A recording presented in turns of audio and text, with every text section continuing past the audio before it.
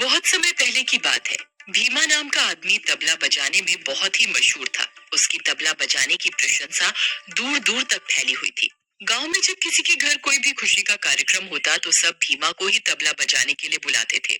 एक दिन की बात है। भीमा जामपुर के गांव में तबला बजाने के लिए गया। वहां के लोगों को उसका तबला बजाना बहुत पसंद आया। अरे भीमा, तुम तो बहुत अच्छा तबला बजाते हो। मन खुश कर दिया। थोड़ा और बजाओ। जी शुक्रिया, अभी बजाता हूँ। वाह भीमा, वाह भाई वाह। सब लोग खुशी से भीमा को पैसे देते हैं। भीमा खुश होते हुए सभी गांव वालों से पैसे ले लेता है और बहुत खुश होता है। आज तो तबला बजाकर बहुत ही अच्छी कमाई हो गई। घर जाकर ये सारे पैसे राधा को दूंगा। वो बहुत ही खुश होगी।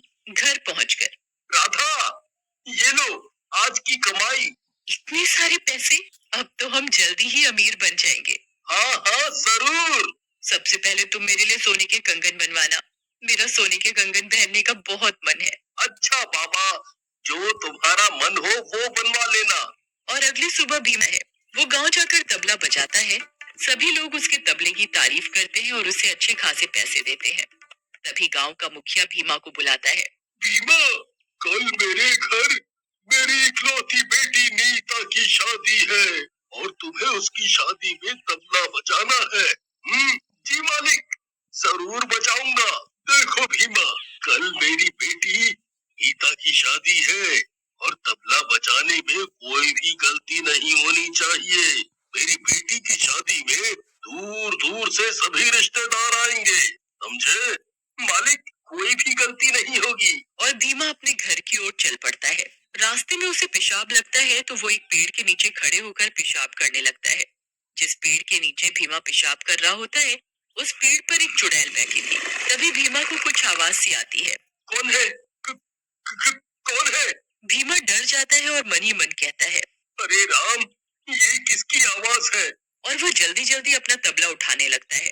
तभी उसके सामने एक चुड़ैल आ जाती है। भीमा बहुत बुरी तरह डर जाता है और वो अपना तबला उठाकर बहुत तेज भागता है। चुड़ैल भी भीमा के तबले में समा जाती है और भीमा को पता ही नहीं चलता। वो जल्दी जल्दी घर आ जाता है। राधा, कहाँ हो तुम? अरे क्या हुआ? तुम इतने घबराए हुए क्यों हो? क्या हुआ? भीमा राधा को सारी बात बताता है। अब क्या होगा रे? चुड़ैल अगर हमारे घर तक आ गई तो? तुम डरो मत, ऐसा कुछ नहीं होगा। और अगले दिन, राधा, जल्दी खाना दो।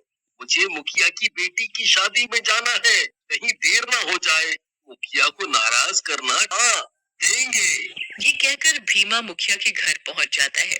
मुखिया के घर बहुत से रिश्तेदार आए हुए थे। बहुत ही सुंदर सजावट हो रही थी। सब लोग मुखिया के घर शादी में आए हुए थे। घर में हंसी खुशी का माहौल था। भीमा, तुम तबला बजाना शुरू करो। जी मुखिया जी। तभी अचानक मुखिया के घर से चीखने की आवाज आती है। सभी लोग घर के अंदर भागते हैं तो सबकी आंखें फटी की फटी रह जाती हैं। मुखिया की बेटी अपने दोनों कानों पर हाथ रखे हुए थी और जोर जोर से रो रही थी। भीमा के तबले की आवाज मुखिया की बेटी के कानों में बहुत जोरों की लग रही थी। वो जोर जोर से चिल्ला रही थी, बंद करो, बंद करो। तभी मुझे कुछ सुनाई नहीं दे रहा और उसे एक चुड़ैल दिखाई देती है। चुड़ैल को देखकर मुखिया की बेटी की चीख निकल जाती है। चुड़ैल उसके दोनों कान बहरे कर देती है। हाय मेरी बेटी, तुझे ये क्या हुआ? मेरी बेटी, बेटी। मुखिया अपनी बेटी की ऐसी हालत देखकर बहुत दुखी होता है और मुखिया जोर जोर से रोने लगता है। मुखिया के घर खुशी का माहौल मातम में बदल जाता है। और अगले दिन, भीमा भाई, घर पर हो क्या? अरे सत्तू, कैसे आना हुआ? और तुम कैसे हो? बढ़िया हूँ। कल मेरे बेटे का जन्मदिन है और तुम्हें उसके जन्मदिन में तबला बजाना है। तुम आओगे ना? हाँ हाँ, क्यों नहीं, जरूर बजाऊंगा। तो ठीक है, कल शाम को समय पर पहुँच जाना। ठीक है। अगली शाम भीमा तैयार होकर सत्तू के घर जाने की तैयारी करता है और वो अपना तबला उठाने लगता है। उसे तबले में से कुछ डरावनी आवाजें आने लगती हैं। भीमा आवाज सुनकर डर जाता है। तभी तबले में से चुड़ैल निकलती है और तबला अपने आप बजने लगता है। भीमा बहुत बुरी तरह डर जाता है। तभी चुड़ैल गायब हो जाती है। भीमा की समझ में कुछ नहीं आ रहा था कि ये उसके साथ क्या हो रहा है और वो सत्तू के घर तबला बजाने जाता है। भीमा, तुम आ गए। सत्तू के घर बहुत ही खुशी का माहौल था। आज उसके बेटे बिट्टू का जन्मदिन है। घर में सभी लोग बहुत खुश हैं। भीमा, तुम तबला बजाना शुरू करो। जैसे ही भीमा तबला बजाना शुरू करता है, चुड़ैल, चुड़ैल, चुड़ैल। बिट्टू जोर जोर से चिल्लाने लगता है। चुड़ैल बिट्टू के दोनों कानों में जोर जोर से तबले की आवाज तेज कर देती है कि उसके दोनों कानों से सुनाई देना बंद हो जाता है। बिट्टू बहरा हो जाता है। भीमा के तबले में चुड़ैल बैठी थी जो सिर्फ बिट्टू को ही दिख रही थी। कहाँ है चुड़ैल? बिट्टू बेटा, बिट्टू बेटा, कोई चुड़ैल नहीं है, कोई चुड़ैल नहीं है बेटा। पिताजी, मुझे कुछ सुनाई नहीं दे रहा, मैं बहरा हो गया।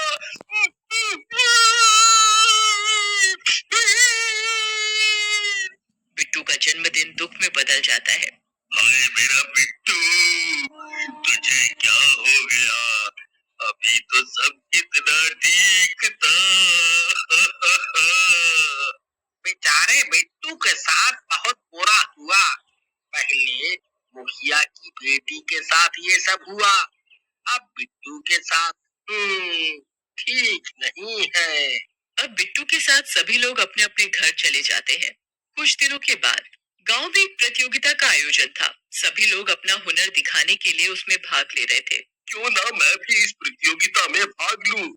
जो जीतेगा उसे अच्छा खासा इनाम मिलेगा। भीमा जैसे ही तबला बजाने लगता है, मंच पर बैठे सरपंच के कानों में भीमा के तबले की आवाज जोर जोर से लगने लगती है।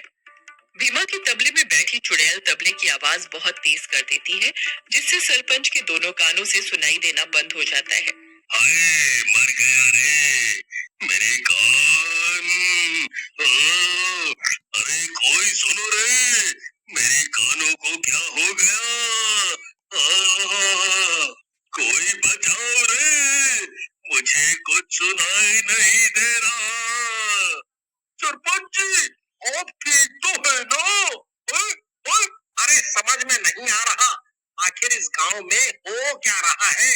जब किसी के यहाँ कोई भी उत्सव होता है तो उसके घर कोई ना कोई बहरा हो जाता है। पहले मुखिया जी की बेटी के साथ ऐसा हुआ, फिर बिट्टू, अब सरपंच जी। मुझे तो लगता है इस गांव पर बहुत बड़ी मुश्किल आने वाली है। तभी गांव का एक आदमी कहता है, मुझे तो ये सब भीमा का करा धरा लगता है। जब भीमा किसी के आयोजन में तबला बजाने जाता है तब कोई ना कोई बहरा हो जाता है। हो, तुम सही बोल रहे हो। अरे भाई, मैंने कुछ नहीं किया, मुझे मत मारो। मैंने कुछ नहीं किया, मुझे कुछ नहीं पता कि ये सब कैसे हो रहा है। मैं तो सिर्फ तबला बजाता हूँ, मेरा इसमें कोई हाथ नहीं है। मुझे जाने दो, मुझे जाने दो, मुझे जाने दो। भीमा जोर जोर से रोने लगता है और भीमा के हाथ से गांव के लोग तबला छीनने लगते हैं। तभी उसमें से एक चुड़ैल निकलती है। चुड़ैल, चुड़ैल, भागो रे भागो, अरे चुड़ैल है। गांव के सभी लोग चुड़ैल को देखकर बहुत बुरी तरह डर जाते हैं। चुड़ैल भीमा का तबला बड़ी जोर जोर से बजाने लगती है। अरे मेरे कान, ये चुड़ैल तो मुझे ही मार डालेगी। कोई रोको इस चुड़ैल को, मर गया रे। ये तो मुझे बहरा करके ही छोड़ेगी। चुड़ैल और जोर से बजाने लगती है। अरे ये चुड़ैल तो हम सबको बहरा कर देगी, कुछ करो। तभी एक आदमी हिम्मत जुटाकर चुड़ैल से तबला छीनने की कोशिश करता है, तो चुड़ैल उसका गला पकड़कर दूर फेंक देती है। तभी एक आदमी एक तांत्रिक को बुलाकर लाता है और उसे तबले की चुड़ैल के बारे में सारी बात बताता है। तांत्रिक कुछ देर आंख बंद कर चुपचाप खड़ा हो जाता है। वो अपने हाथ में कुछ भस्म लेकर मंत्र पढ़ता है और वो भस्म लेकर तबले के ऊपर फेंकता है तो तबला जलकर भस्म हो जाता है, तो चुड़ैल भी जलकर मर जाती है। चुड़ैल के मरते ही वो सभी लोग ठीक हो गए जिनको सुनाई देना बंद हो गया था। उन्हें पहले की तरह ही सुनाई देने लगा था।